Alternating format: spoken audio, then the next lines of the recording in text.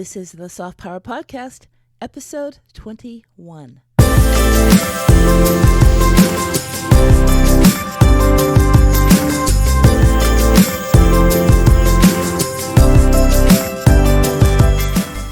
Hi, I'm Susan Callender, and thanks for joining me.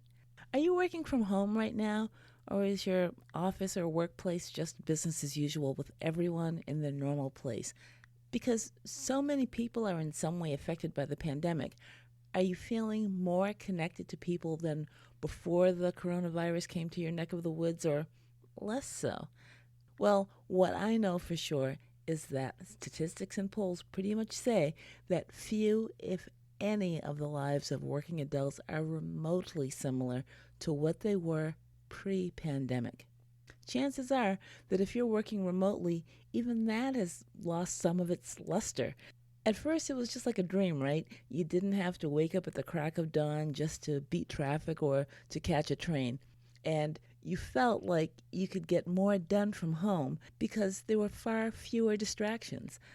The perks and benefits of working from home definitely outweighed the aggravation of needing to always be in the immediate vicinity of annoying coworkers or employees. But now, months on, and now that children are more accustomed to attending classes from home, or you have them set up in pods, or maybe they've even gone back to the classroom, as you too have settled into the somewhat isolated but still productive routine, things still could be better. Now that your time is a little more organized, you realize you're missing the face-to-face colleague interaction. Plus, you haven't actually met a new person in what feels like ages. As much as social isolation can give you the feeling that you finally have some breathing space, it's actually not the best thing for your career. And the reason why is pretty simple. We have a tendency to forget about those things and those people who we don't see or interact with on a regular basis. We also don't react to words themselves, but rather the emotions words evoke. And when you work from home, it can be impossible to replicate the conversations you would have had face to face. It's in your best interest to make a real effort to do something about that. Now, I get it if you're an introvert like me, and sometimes you just don't feel like you need the social stimuli. And I'm here to say that you do. If you don't feel comfortable making small talk, this is the best time for you to learn. If meeting new people makes you nervous, well, this is a great time to start getting over it. At no other time in your lifetime have there been so many people in the same position just trying to get through day to day, make connections, and make things work out. Remember that there's no rule that you have to meet every single person, although it is proven that we tend to hold people who seemingly greet everyone and have the gift of recalling a person's name when they've only met them once. Well, we do admire their skill, and we hold them in very high regard. And that's not you, but still, you do need a game plan for meeting the people with whom you are best able to have a mutually beneficial professional relationship. And the best place to start is by making an effort to connect with your current colleagues. You likely have colleagues who are in the same situation as you, working from home, and while it's been the norm to connect on virtual conferencing and chat tools like Slack and Zoom, why not raise the ante and make an effort to try to meet up with them in person? Maybe bi-weekly for a socially distant lunch. The point here is that emotion, like I mentioned a minute ago, and how it comes through in face-to-face interactions makes a difference. Emotions and feelings are how we connect with people and also how we become more likable. Another option that I'm a big fan of is virtual luncheons. Now, I start by doing my best to limit my LinkedIn connections to people I know, people I like, and people I trust. Pretty simple, right? I think you can never have too much of the KLT factor. Now, as a coach and a corporate trainer, I have a lot of people on my network who I may not have had a one-to-one conversation with, but I still know how we're connected. To me, LinkedIn is not a numbers game. Too many times in the past, I've contacted a direct connection to ask for a reference on another person they're connected to, only to find out the person who I hoped to provide me with the insight doesn't actually know that person. Soft Power Society, this is not a numbers game, and you will be better served by exhausting your contacts from previous jobs and conferences you've attended and people whom you've actually met to build your connections versus hundreds of friends. There are plenty of people who will be happy to reconnect with you and who will potentially have more first level contacts who actually have things in common with you. Now, what I do is I scroll through my connections and I invite people to my virtual lunch who business interests me at that particular time. And we schedule 30 minutes. And here's the thing, I make it all about them. They will get to know me better, but I want to know who they are and how I may be able to help them get what they want. Now, that may sound familiar to anyone who's a fan of the great sales trainer Zig Ziglar, who said you can have everything in life you want if you will just help other people get what they want. Also along those lines, we have Dale Carnegie, who suggested that we make an effort to be genuinely interested in other people. That's how they open up to us. That's how they feel a connection. So don't be afraid to make the effort every now and then to connect with people.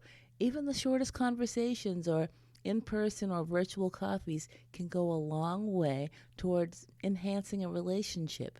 No one will be upset that you reached out. They may decline the virtual or in-person invite, but afterwards they'll be much more likely to question themselves on what caused them to decline your gracious invitation. So don't worry, because it's not a reflection on your kindness or character. And by the way, I keep track of all of those invitations I send out, and if a person does not reply, like ever, which is more likely to happen with connections through LinkedIn than from any other source, I use that as a reason to weed out my connections and simply delete that person. Oh, and the meetings that I do have are so great and upbeat. We're always happy that we made the time. I highly suggest this connection strategy for you. One thing is for sure, and that is if you're going to increase your social circle and network, you have to put yourself out there. You don't want to risk being overlooked or forgotten for anything that you should have been in on or privy to just because you like your quiet time. I'll suggest that you set a date and a time and get started just reaching out to current coworkers and customers or new acquaintances. That's because so much of what you do throughout the course of the day is nothing more than a habit. So getting started and in a routine and seeing the benefits of how your efforts positively affect a person's day may be the biggest energizer for you and the reason also why you stick with it. When you make an effort to be social, let's say that's just saying good morning during your daily walk or jog, it quickly becomes something that you just have to do, or you feel out of sorts. Every morning I go for a long sunrise jog or a walk on the beach near my home, and greeting regulars and some newbies is just a regular part of my daily routine. Now, I didn't realize how important that social aspect was until this past weekend when I decided to mix things up a little and travel to a different beach about 30 minutes away. I'm honestly not sure if my walk was more silent than usual because I was unfamiliar to the morning joggers and walkers on that beach, or if I just had to make a greater effort because I was the new person. Once I recognized I was working with a different dynamic than usual, I made a conscious effort to pump up my personality behind the mask, my COVID mask, that was hiding my smile, and that little effort changed my day and my impression of the town and the people I was visiting. When is the last time you extended an invitation to a person who you would possibly benefit from knowing better than you currently do at this moment? Do you think meeting more people will improve your chances of landing a promotion or maybe a new job or making a big sale? If it wasn't in the past week or two, don't put it off any longer. Make sure you're building activities into the business day with some regularity so it gives you the chance to actually form relationships. Another great way to meet people with common interests is through online business related groups. Join a group or start a group, or do both if you don't see exactly what it is you're looking for. It's similar to going to a networking event and waiting for other people to start a conversation with you. You want to stop doing that and be the one with something to offer rather than looking to see what other people have that you can benefit from. Meetups are another brilliant source to either join or create a niche group. I have met and done business with some great people I would definitely not have had the pleasure of meeting were it not for meetups. And what I'm referring to, if you're not familiar with it, is meetup.com. There are meetups for pretty much every topic, and once again, you can start your own. This is just a great option for you to take the lead and put yourself out there socially. It doesn't matter that many groups are meeting virtually because of COVID. All you need to do is be consistent and show up for people. It'll pay off. I believe it always pays off. So whether the group is directly related to your job or your business, or if it's a hobby or a side hustle, you're in the driver's seat when you decide to take the initiative.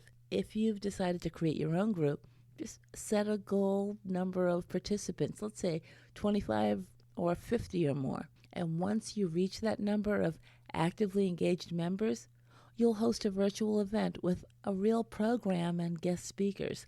When you're pouring your heart and soul into your new baby and thinking of ways to add value to upcoming meetings, naturally your online star will rise accordingly, and that will be noticed by others. The other great thing for introverts is the level of control you assume when you're being the lead versus being led by someone else.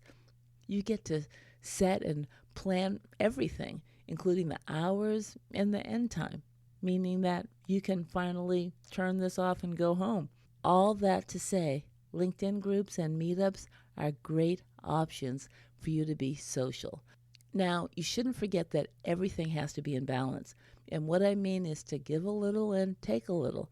And I personally believe you should give more than you're looking to take. So, the school you attended, they've had some part in your success, correct? Your alma mater or the friends you stay in touch with are a part of who you are. Now, I graduated from college, well, not recently, and one speaking engagement that came about from someone who worked for the Alumni Association, seeing a newspaper article featuring my company blossomed into more than 6 years of involvement on boards and numerous opportunities to conduct in-person and online workshops, and alumni both benefiting from my words of wisdom and inviting me to run workshops at their companies, which would then produce clients who would hire me to coach them, and on and on and all that to say it's been a wonderful experience. How can you give back to your college or even your high school? What sage advice can you impart on people who are currently sitting in the same seat you were once in? Don't discount the value your perspective and experience will give to students. Your words may carry more weight than a professor or an administrator. Now, in addition to returning to campus as a guest lecturer or perhaps a board member, getting to know university officials and department heads, particularly if the work you're currently doing relates to your major at that time, can be a positive for your present work. Those individuals are ideal to add to your network, as the common interests you share makes it easier to quickly have a level of comfort and easy conversations.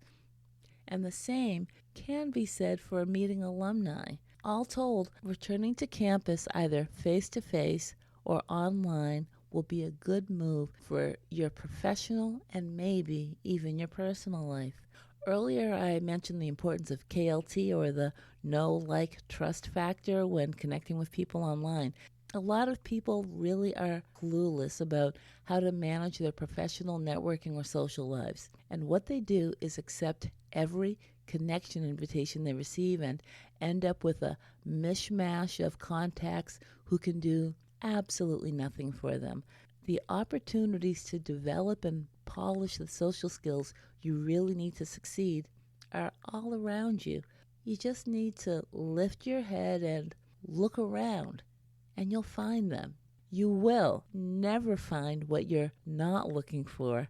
So be intentional about meeting people, telling them what you do, and finding ways you can help them. A search will yield an abundance of local and regional events geared towards high quality, like minded professionals and business owners. Join a few and see how they run their meetings and how you can benefit. Keep in mind that the group you joined was started by a person just like you who had a vision for the group they wanted to be a part of.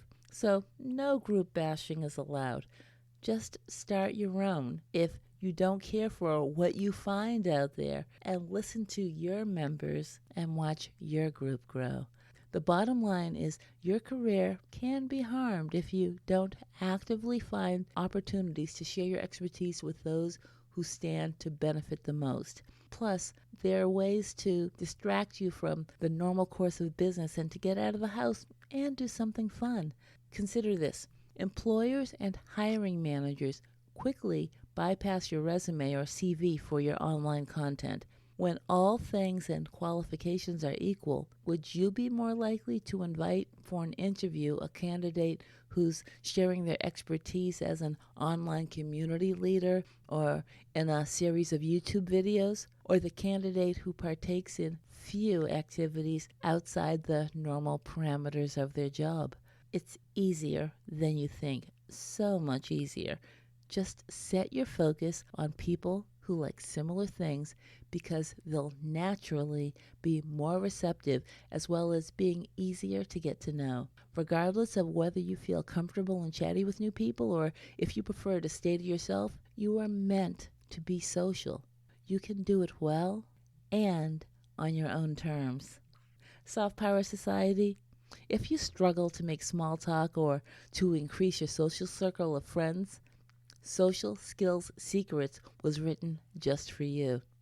It's full of actionable, step-by-step guidance to help you live the full and fun life that's intended for you.